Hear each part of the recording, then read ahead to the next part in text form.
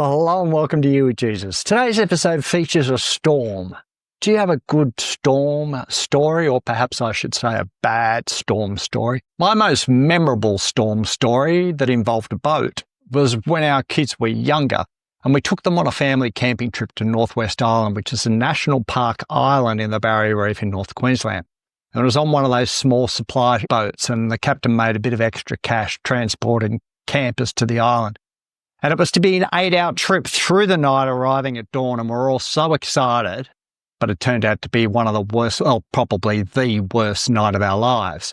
Halfway there, and unable to return, the seas were way bigger than forecast, and pretty much everyone was sick. And I was so sick that I couldn't focus on my kids, who were also sick. And when you could, you would try lying down, but then when you needed to get up again, it was incredibly dangerous as the boat tossed from side to side.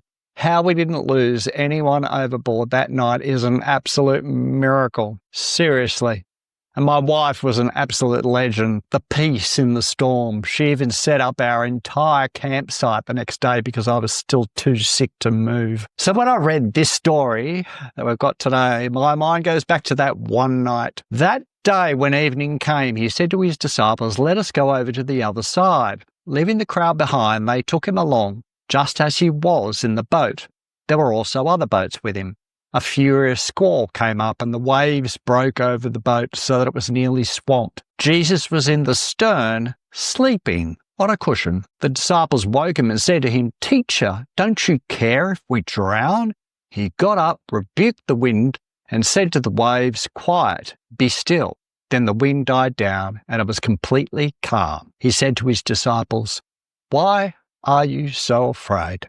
Do you still have no faith?" They were terrified and asked each other, "Who is this? Even the wind and the waves obey him." So it was Jesus' idea to go over to the other side of the lake. I'll have more to say about that in another episode, as there is a lot of significance around that phrase, the other side. But for now, it's enough to know that Jesus and his disciples are leaving the populated west side of Lake Galilee to travel to the deserted region of the east side. Even today, that side of the lake is relatively unpopulated because there is only a very narrow strip of land along the east side before the Jordanian hillside rises up beyond it. And between the west side and the east side, across the lake, is a distance of 13 kilometres. And most days it's a fairly placid freshwater lake, but it can, on occasions, whip up a serious storm, like this one in recent years that sunk boats, destroyed the promenade in Tiberias and caused millions of dollars of damage. And what's Jesus doing during the storm? Sleeping. There's really two miracles in this story. One, that Jesus can sleep through a storm, and two, that Jesus can calm a storm with a word. We tend to focus on the second miracle, and yes, absolutely, Jesus can calm a storm. But having peace in the midst of a storm is particularly noteworthy here. After Jesus calms the wind and the waves with the words, "Be quiet," he turns to his disciples and says, "Why are you so afraid? Do you still have no faith?" It's not entirely clear what he's referring to here. Is he suggesting that if they really had faith, they too would have just taken a little nap in the peak of the storm? Or is he suggesting that if they had faith, they could have taken authority over the storm themselves?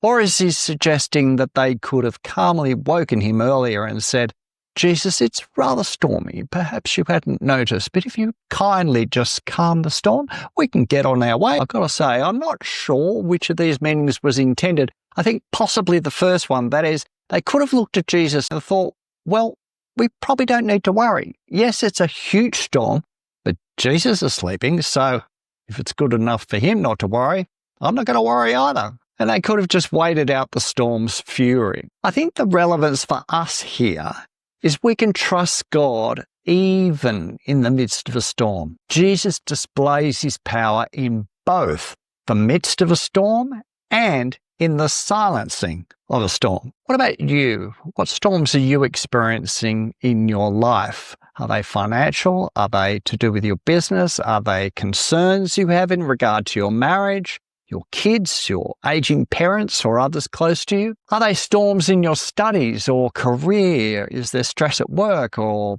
crossroads of life direction, perhaps health challenges? Is it an area of conflict with someone? Maybe internal storms in regard to anxiety or depression or mental health challenges. Or maybe you are just smooth sailing right now. The question the disciples asked Jesus was, don't you care that we're going to drown?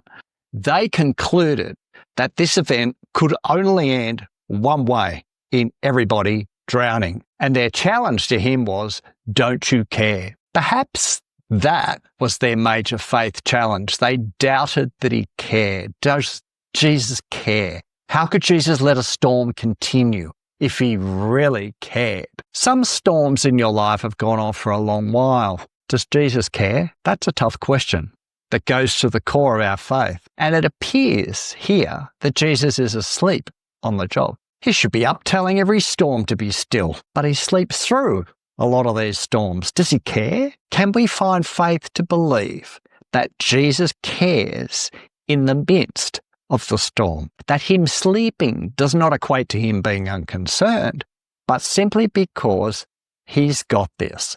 Jesus is never worried.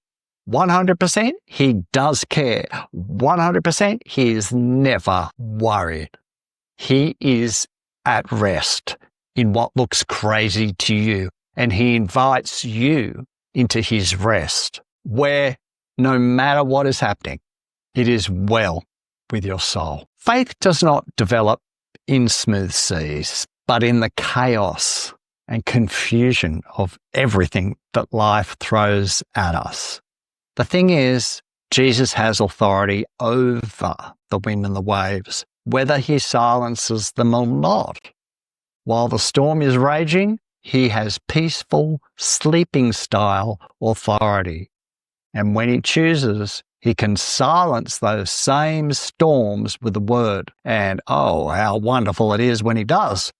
But into every situation, stormy or still, Jesus speaks his peace into our hearts. Paul picks up this same theme in his letter to the Philippians. The Lord is near. Do not be anxious about anything, but in every situation, by prayer and petition, with thanksgiving, present your requests to God, and the peace of God, which transcends all understanding, will guard your hearts and your minds in Christ Jesus. Interesting, it says there, present your requests to God with thanksgiving. Why with thanksgiving? Because if we just present our requests, this could be like the disciples waking Jesus and saying, we're going to drown. But with thanksgiving involves calling to mind God's faithfulness in the past, thanking him for the authority that he has over all things, and thanking him that he cares for you. As we present our requests